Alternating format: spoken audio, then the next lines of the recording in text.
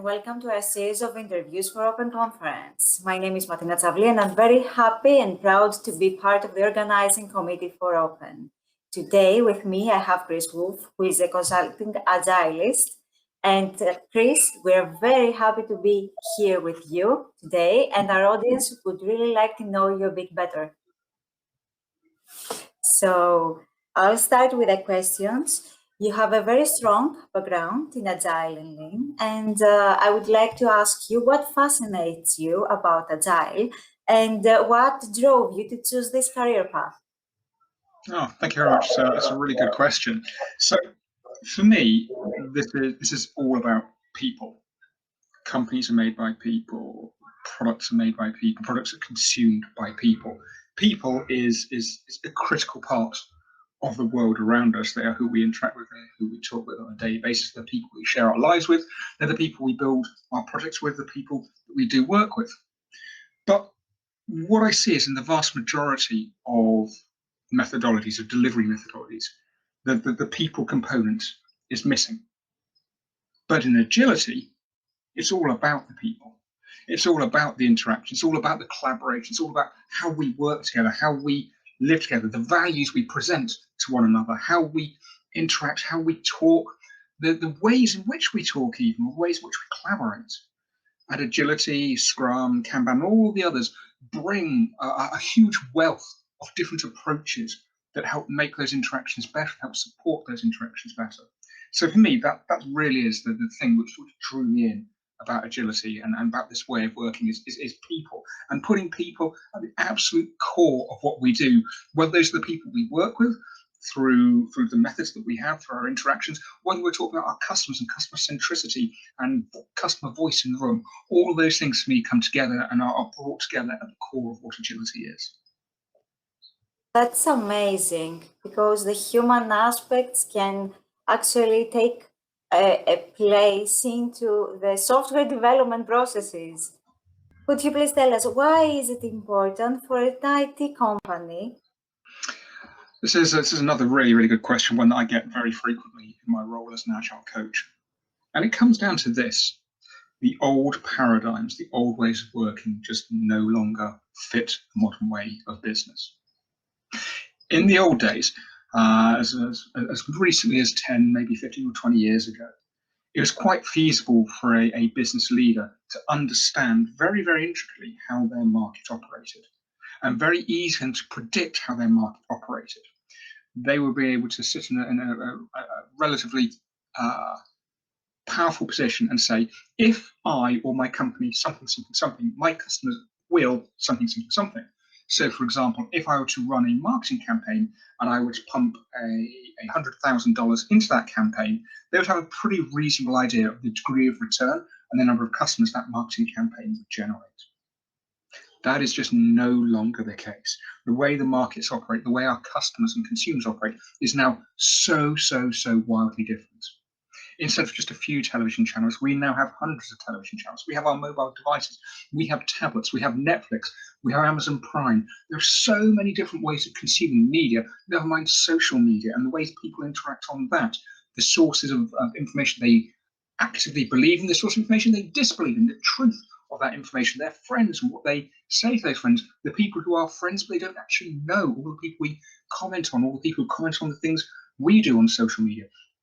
The way in which we interact as people in the world around us has changed. The old rules have changed with it. No longer are things predictable. In fact, there's a term now which describes the world in which we live in. It's VUCA, V-U-C-A. That is variability, uncertainty, complexity, and ambiguity. And this is the world in which businesses now operate in. Everything is variable. Nothing is fixed. Nothing is certain. The rules are different. They can no longer assume they do X and Y happens. If you just look at the environment we're in at the moment, the economic environment we're in at the moment, certain businesses have approached that environment in certain ways, and the markets, the consumers, have liked or loathed that approach. They have marched with their feet. They've said, no, we will no longer go near that brand. Yes, we will support this brand. This brand is ethical. This brand is not ethical. This brand has good cred. This brand has bad cred. And how that changes and flows on a daily basis is so variable and so changing that businesses are no longer in a position where they're able to predict what will happen. And that lack of predictability means the old ways of working no longer fit. And new ways of working are needed. Ways in which we can flow and adapt to those changes in our marketplace. Ways in which we can change and react differently and very, very quickly are incredibly, incredibly important. That's where agility comes in. It allows our companies to move away from static, pre-planned approaches into highly dynamic approaches. And that dynamism, that ability to flex and change, is what gives businesses the edge in this day and age. So we need to be agile, but having said that, are there some companies that are types of companies that are more eligible to transform into an agile organization? Or should only small companies transform and adapt agile processes? Can we say that there are types? I totally understand where you're coming from. And in all honesty, the answer is no. Any company can adapt itself to be agile. I'll give you some examples. The small companies, the small startups naturally have a certain degree of agility. When you're dealing in a company of 2, 3, 5, 10 or 15 people, you're all in one central area or one electronic central area, and you can talk to each other and you can ask questions and you can work together and you can collaborate really, really easily. Small companies are naturally agile. But that doesn't mean it's only limited to small companies. Agility can apply to any company of any size. I am very, very aware that there are huge companies that are agile. Amazon's, the Google's this world, Microsoft's of this world, they're all agile companies. But more than that, financial organizations, those organizations which are traditionally seen as being quite staid in their approach, quite fixed in their approach, they are moving into agile ways of working as well. And it's not just the digital technology departments moving into the agile world. There's HR for agile for HR, sorry. There is marketing agile as well. John Deere, the British tractor company, makes their tractors using Scrum.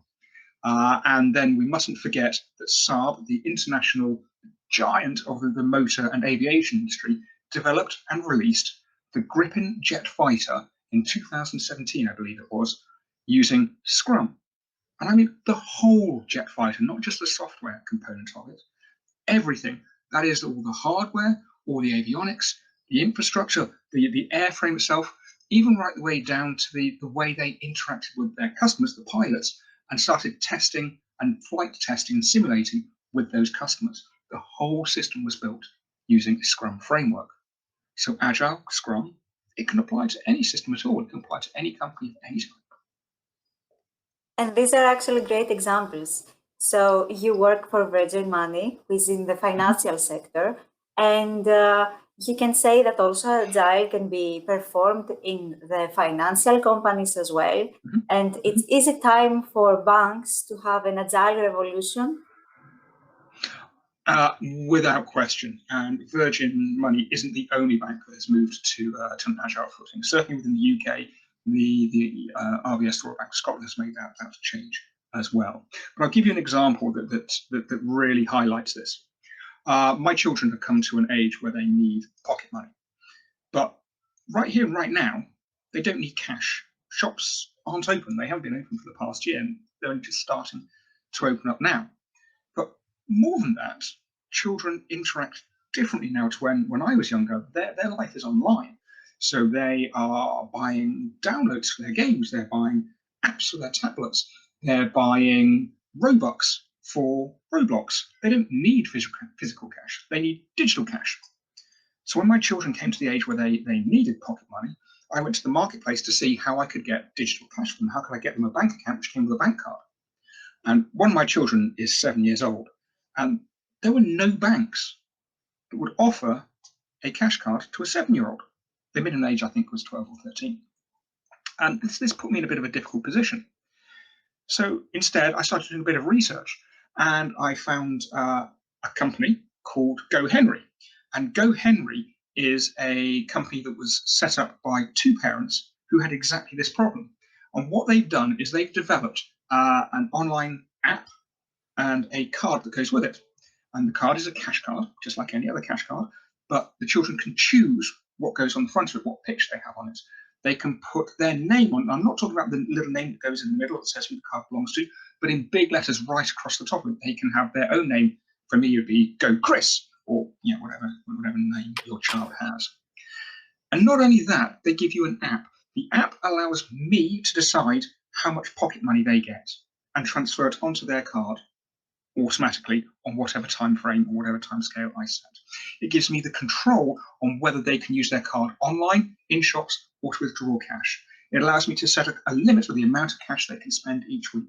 It even allows me to set up a series of chores and values for their chores that children can complete. And on the app, I say, yes, this is done, and it pays them more money. Now, that is a massive disruptive element in the financial market. Right now, they've got over 1.5 million customers. That is a size of customer base that traditional financial industries cannot afford to ignore, and it's only going to get bigger. And this is a small disruptive company that's just come along and said, you know what, financial companies, we're going to do it differently. And the customers have said, we like that. We're going for some of that. And this company, because it is at the moment small, getting bigger, and dynamic, is able to flex with the way customers want to work. But the larger financial institutions are struggling to adapt quickly. They're struggling to find the capability to change fast to meet these new incumbent companies, of which this is one. And this is where agility comes in. As I was saying earlier, agility gives you the ability to adapt and to change really, really quickly and to operate in a very, very dynamic way and react to changes in the market, changes to your customer base, changes to what your customers want. And in this example, the way this one company has come about, what they're offering, all the other incumbents need to be able to operate in a way where they can say, hey, something's happening over there, we need to react, we need to spin up a new division, a new product, a new approach, a new way of engaging with our customers, and get that into the marketplace fast. And that is what agility brings. And that is what old, static, pre-planned, generally older companies need to overcome. And that's the amazing part, because that's an everyday need, something that a person identified from his own personal experience. And he was so smart and agile to make it into a product. Exactly, that's right. And they've created literally a part of the industry, a niche of the industry that just did not exist as a result. And all of the other, or many of the other, financial institutions are going to find it very difficult to meet that need head on quickly because of the way they operate, because they operate in cyclical cycles, because they operate in multi-year planning cycles. They're not able to adapt fast enough. And by the time they can adapt, this one company, which was small, will then be large and have a significant customer base and be making significant revenues, and clawing that back is going to be incredibly difficult. Whereas if the financial institutions were able to adapt quickly and put new products out quickly and respond to the marketplace and the changes in the marketplace quickly, they might have been able to react faster and not necessarily have lost such a large customer base. Right. And that's the important part. For someone young who doesn't have much experience on Agile, but really wanted to follow that career path, what would you advise him? Okay. This is where it gets really interesting and really exciting. The barrier to entry for Agile and Scrum is actually really quite low at the moment.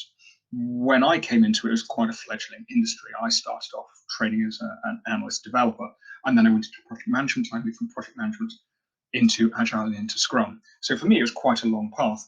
These days, however, you can go on a Scrum course in the space of 2 days and gain a Scrum qualification. And that is enough to get you started. It's not the whole thing, but it's enough to say, hey, I understand what Scrum is. Can I now come and get an entry-level role as a Scrum Master? Or indeed enough for you to understand enough about how Scrum works to set up your own company and use that methodology yourself as well. So it kind of works both ways depending on what path you want to follow.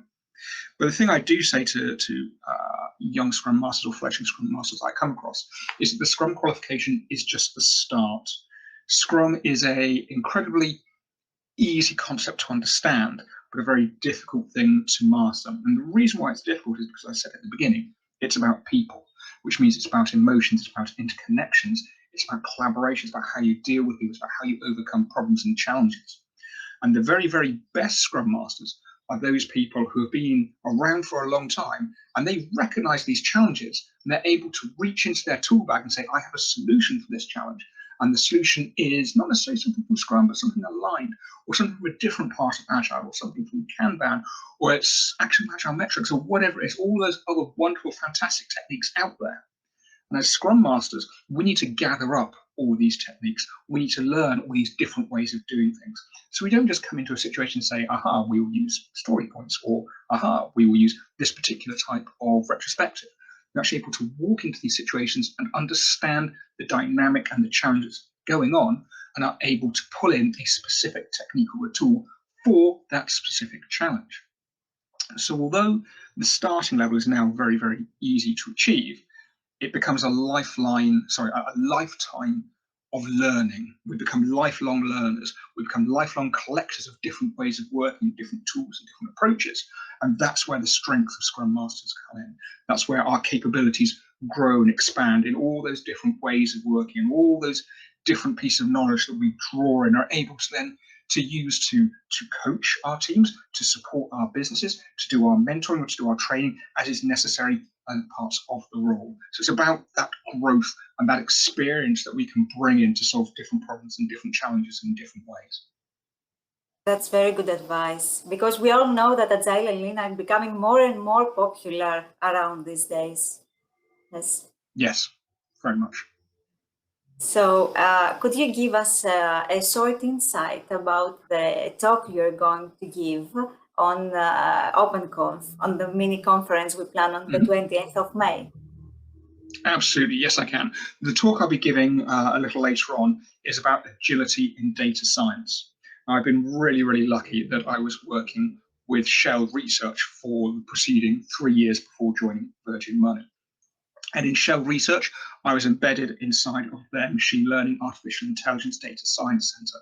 And I was working with some of the most talented, intelligent people that I've ever come across. I was lucky enough to work with. But the thing we were finding is that under certain circumstances, Scrum didn't work the way we expected it to. These were IT projects. They were technology projects. They were exploratory. They were cutting edge. They required lots of movement, lots of changes all the time as we were going along. And yet, although this environment is something you'd expect Scrum to work in, we were finding that sometimes it didn't, sometimes it just didn't. And sometimes the data scientists, the people that build machine learning algorithms, were just saying, this isn't working for me. This is really painful. This is really tough. The environment just isn't conducive to my way of working. I hate it. I hate Agile. It doesn't work for me. And that left us in a bit of an odd situation, because on paper, this sort of project is ideally suited to Scrum. But the reality was that the teams were saying it doesn't work for us. So over the coming 12, 18 months, I experimented, as we're supposed to in Scrum, in Agile. I developed hypotheses. I tested those hypotheses, built out experiments, and came up with new ways of working and different ways of applying Agile tools and techniques to data science projects. And the things that I learned and things that I discovered as a part of this experience is what I'd like to be sharing with you guys, and what I'll be talking about with you guys. So I'm going to be delivering an in-depth expert discussion on how to apply agility to data science projects, because it's not as obvious as you might think. Well, we look forward to this. It sounds very interesting. And our audience would really like to hear more about this topic. Thank you very much for being here today. It was our pleasure to have you. And we also look forward to have you next week. Thank you very much. I look forward to seeing you all next week and talking to you about agility in data science. Great. And everyone, thank you very much for joining and watching our video. Please stay tuned to see our next interviews and our next teaser videos.